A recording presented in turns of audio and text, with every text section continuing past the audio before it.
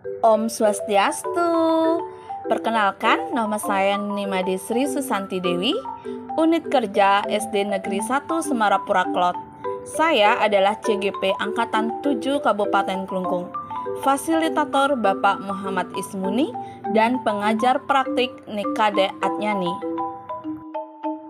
Saya akan memaparkan mengenai aksi nyata penerapan pemikiran Ki Hajar Dewantara di kelas dan di lingkungan SD Negeri 1 Semarapura Klot Klungkung. Perasaan saya selama mengikuti pembelajaran modul 1.1 Refleksi Filosofis Pendidikan Nasional Ki Hajar Dewantara, saya merasa bersyukur dan senang sekali karena mendapatkan kesempatan untuk menjadi bagian dari perubahan pendidikan. Learn by to do, learn by process. Kali ini saya akan memaparkan mengenai aksi nyata penerapan pendidikan Ki Hajar Dewantara di kelas dan di lingkungan sekolah SD Negeri 1 Semarapura Klot Klungkung. Yang pertama yaitu tujuan pendidikan Ki Hajar Dewantara. Yang kedua, filosofi dasar pemikiran Ki Hajar Dewantara. Yang ketiga, tujuan aksi nyata. Keempat, perubahan yang terjadi setelah melakukan aksi nyata. Dan yang kelima, dokumentasi aksi nyata. Yang pertama, tujuan pendidikan Ki Hajar Dewantara. Adapun tujuan dari pendidikan Ki Hajar Dewantara yaitu menuntun segala kekuatan kodrat yang ada pada anak-anak agar mereka dapat mencapai keselamatan dan kebahagiaan yang setinggi-tingginya sebagai manusia maupun sebagai anggota masyarakat. Yang kedua, filosofi dasar pemikiran Ki Hajar Dewantara. Setelah kita mempelajari modul 1.1 mengenai dasar pemikiran Ki Hajar Dewantara, adapun hal-hal yang dibahas yaitu 1. Merdeka belajar. Yang kedua, bukan tabula rasa. Yang ketiga, konsep menuntun anak. Keempat, kodrat alam dan kodrat zaman yang dibawa oleh anak-anak. Kelima, berpihak kepada anak. Dan yang terakhir adalah trilogi pendidikan. Ing Ngarso Sung Tulodo, Ing Madyo Mangunkarso, dan Tutwuri Handayani. 3. Tujuan aksi nyata di kelas dan di sekolah. Yang pertama, menerapkan nilai-nilai budi pekerti dengan pencapaian profil pelajar Pancasila. Yang kedua, menciptakan pembelajaran yang menyenangkan dan berorientasi pada siswa. Yang ketiga, memahami karakteristik anak dan melakukan refleksi di setiap akhir kegiatan. Keempat, perubahan yang terjadi setelah melakukan aksi nyata. 1. Siswa menjadi lebih dekat dengan guru. Kedua, siswa dapat mengeksplor dirinya sesuai dengan potensi, minat, dan bakatnya. 3. Siswa lebih percaya diri. Keempat, siswa senang belajar dan nyaman selama berada di lingkungan sekolah. Mari kita lihat dokumentasi aksi nyata di SD Negeri 1 Semarapura Klot, Kabupaten Klungkung. Dalam melakukan aksi nyata, saya berkomunikasi dan berkolaborasi dengan Kepala SD Negeri 1 Semarapura Klot, Kabupaten Klungkung, yaitu Bapak Ibu Tu Sudirja SPDSD dan juga rekan-rekan sejawat, baik pendidik maupun tenaga kependidikan.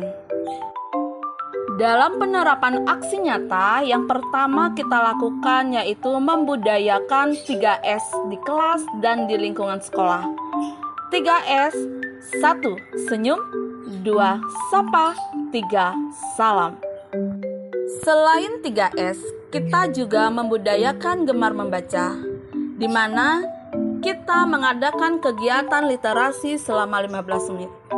Sebelum jam pembelajaran dimulai, anak-anak diharapkan berkumpul di halaman sekolah dan membaca buku-buku pelajaran maupun buku-buku yang mereka sukai.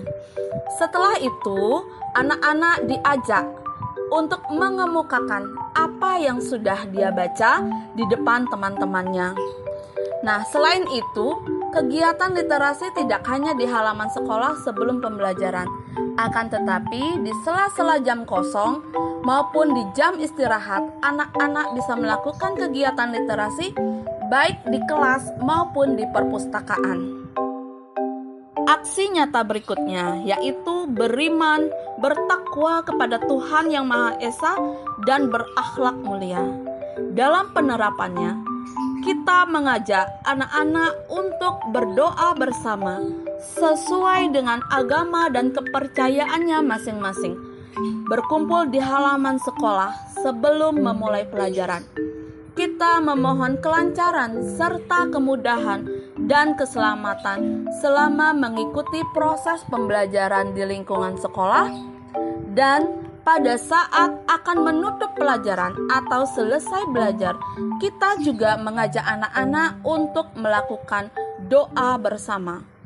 Doa untuk memohon keselamatan sehingga kita semua bisa kembali berkumpul dengan keluarga di rumah.